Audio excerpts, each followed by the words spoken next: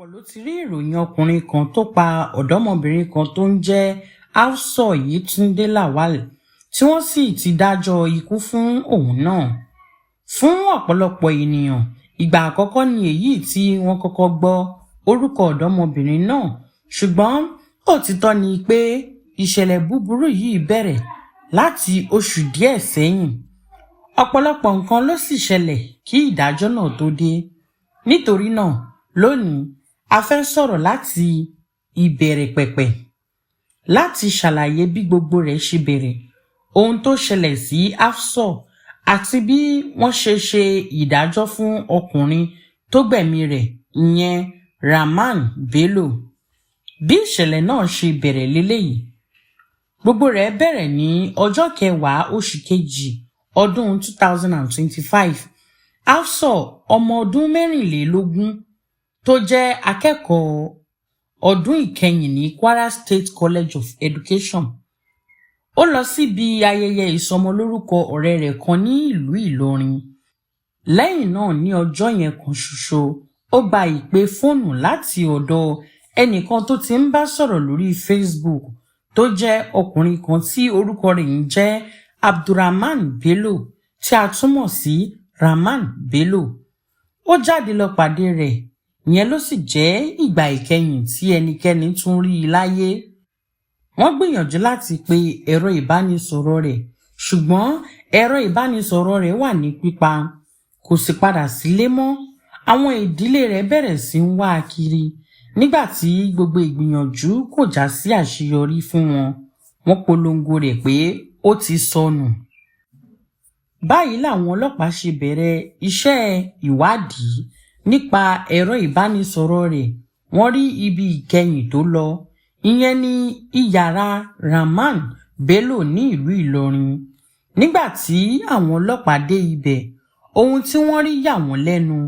Wọ́n rí àwọn ẹ̀yà ara èèyàn tí wọ́n tún fi ìdí rẹ̀ múlẹ̀ pé ti Afso ni. Ó fi díẹ̀ lára àwọn ẹ̀yà ara rẹ̀ sínú ọtí líle.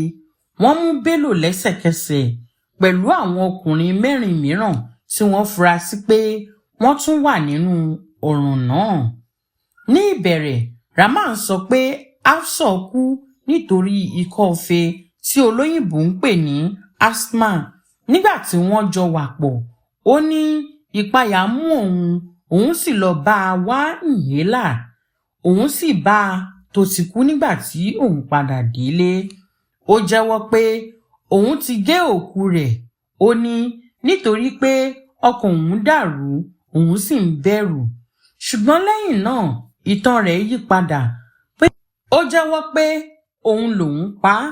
Ó sì sọ pé òun fẹ́ lo ọwọ́ rẹ̀ fún oògùn owó. Ó ṣàlàyé bí òun ṣe lo àdá àti ọ̀bẹ láti gé e wẹ́lẹwẹ̀lẹ. Àwọn ọlọ́pàá gbà pé kì í ṣe pé ẹ̀rù bà ní, bí kò ṣe pé ó ti ṣe ètò rẹ̀ tẹ́lẹ̀ láti pa á, nítorí pé ó tún fi ẹ̀yà ara rẹ̀ síbì kan, èyí tó fi hàn pé ó ti ṣe ètò rẹ̀ ṣáájú. Ní ọjọ́ 6 oṣù kẹta ọdún 2025, wọ́n gbé Rahman Bello àti àwọn afurasí 4 mìíràn wá sí ilé ẹjọ́.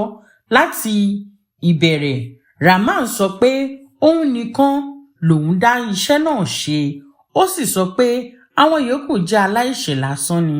Wọ́n gbé ọ̀ràn náà lọ sí Kwara State High Court, níbi tí wọ́n ti ṣe ìgbẹ́jọ́ fún ọ̀pọ̀lọpọ̀ ọ̀sẹ̀. Bello sọ bí òun ṣe tàn Afso wá sílé òun. Ó ṣàlàyé bí òun ṣe fi ọtí pa á tó sì fi àdá gé e wẹ́lẹwẹ̀lẹ. Ilé ẹjọ́ tún gbọ́ bí òkú rẹ̀ kò ṣe jẹrà fún odindi ọjọ́ 5, èyí tó fi hàn pé wọ́n ṣe nǹkan sí i kí òkú rẹ̀ má bàa rà. Ní ọjọ́ 29 oṣù keje ọdún 2025 ni wọ́n dájọ́ ìkẹyìn. Adájọ́ Anna Ajayi ti ilé ẹjọ́ gíga ti ìpínlẹ̀ Kwara dá Rahman Bello lẹ́bi ìpànìyàn. Wọ́n sì dájọ́ ikú fún un láti fi ìdájọ́ rẹ̀ hàn. Bí ó ṣe jẹ́ kó rí, àwọn ọkùnrin 4 yòókù tí wọ́n mú pẹ̀lú Rahman, wọ́n dá wọn sílẹ̀ torí pé kò sí ẹ̀rí tí ó so wọ́n mọ́ ẹ̀sùn ìwà ìpànìyàn náà. bí ó tilẹ̀ jẹ́ pé ọ̀pọ̀lọpọ̀ ènìyàn ṣẹ̀ṣẹ̀ gbọ́ nípa ọ̀ràn yìí nísinsìnyí ni.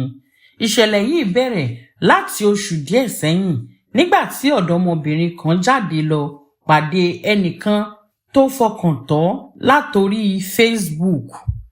Ìtàn Hafsat jẹ́ ìtàn ìbànújẹ́, ó tún jẹ́ ìkìlọ̀ nípa àwọn àjèjì tí à ń bá pàdé lórí ẹ̀rọ ayélujára àti bí wọ́n ṣe lè tan ènìyàn jẹ ní ìgbà díẹ̀.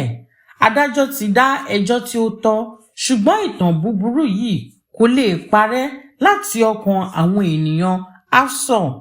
Kí Hafsat Yetunde Lawal sinmi ní àyà olùgbàlà rẹ̀. Àmín.